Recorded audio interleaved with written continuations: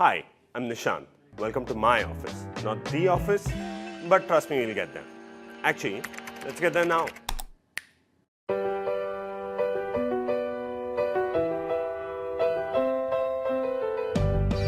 And we're back. The post-production pipeline is broken and we're here to fix it. No, I'm not a plumber, but I am here to tell you about Invideo's VFX house.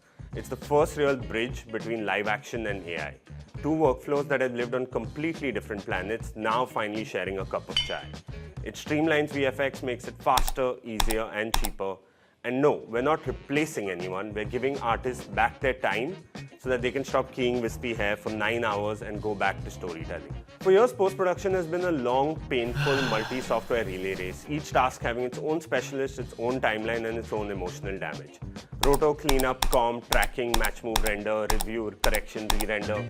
If you know, you know, and if you don't, congratulations on your happiness, I guess. I'm a producer, which basically means I've spent the last 10 years trying to solve problems that shouldn't exist with budgets that definitely don't exist. This, right now, is the industry's inflection point, where the long, painful pipeline finally gets shorter, not because AI replaces anyone, but because it finally joins the workflow instead of standing outside judging us.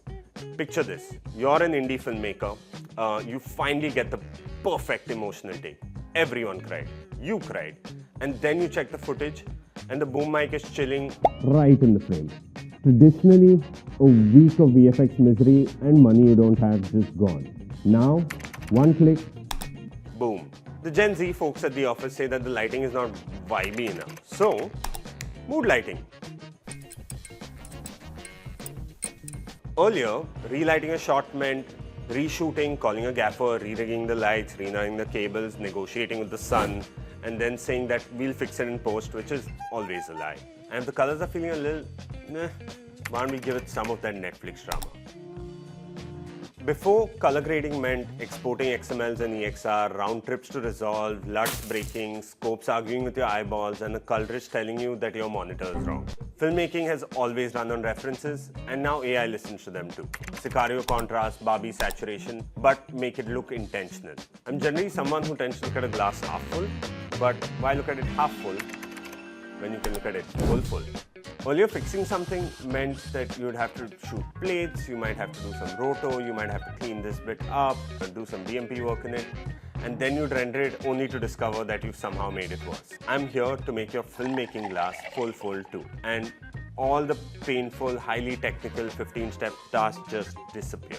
Which means you have more time for storytelling and less time Googling why is my render looking pink. And since we're switching things up, why don't we do my preferred beverage? Bit too Game of Thronesy for me. Bit too sticky for me.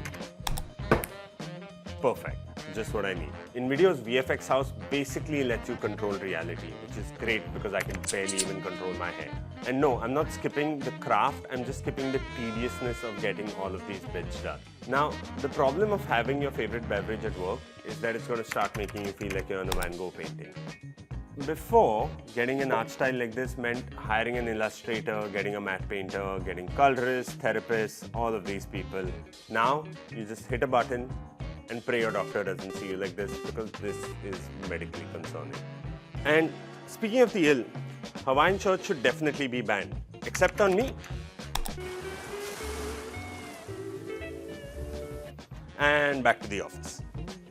Earlier, keying meant green screen, bad edges, hair transparency, and a compositor whispering, "Kill me," under his breath. But now, just click and nobody cries. Now I want to show you something that we've been working on. Look at this. Mountains, no people. Earlier, this would require a modeling team, a texturing artist, 3 review calls, 1 crisis of faith. And then you'd have more lighting passes, and then you'd have to send it out to a render farm. One thing would crash, one thing would fail. Now, 3D texturizer. This is the closest I've been to a vacation in 4 years, or Hawaii if you want to count that. Okay, let's do something fun, yeah? Let's have a cat wearing a tuxedo, eating pizza in a disco. Now, earlier, this meant casting a cat, training a cat, feeding a cat, dressing a cat, then negotiating with the cat's manager. Now, boom. Why don't we try something else? What if you want to look at it from somewhere else? That's much better. I've clearly been at this office for way too long, right? At this point now, Fine. I hate this guy. So, previously, cleanup meant tracking, patching, blending, working frame by frame, discovering 12 more mistakes, and then crying softly into the timeline. You still need great artists, but this just removes the tedious part. So yeah, the post-production pipeline was broken. I didn't fix it, Invideo VFX house did. I'm just the guy pressing the buttons. And what you saw is just the beginning of something new. This isn't AI trying to replace filmmakers. Filmmakers are already irreplaceable. We're too tired and we're too underpaid to be replaced. And always, always remember, this is the worst that the tech will ever be. This is AI assisting traditional media for the first time. Not a shortcut, not a cheat code, integration. It melts barriers, builds bridges, and sometimes it'll help you make annoying interns disappear, depending on the mood. Invideo VFX House gives you precision, it gives you freedom, it gives you time back. And that's it. That's the product, that's the pitch. And yes, it does work better than I do after 6 p.m.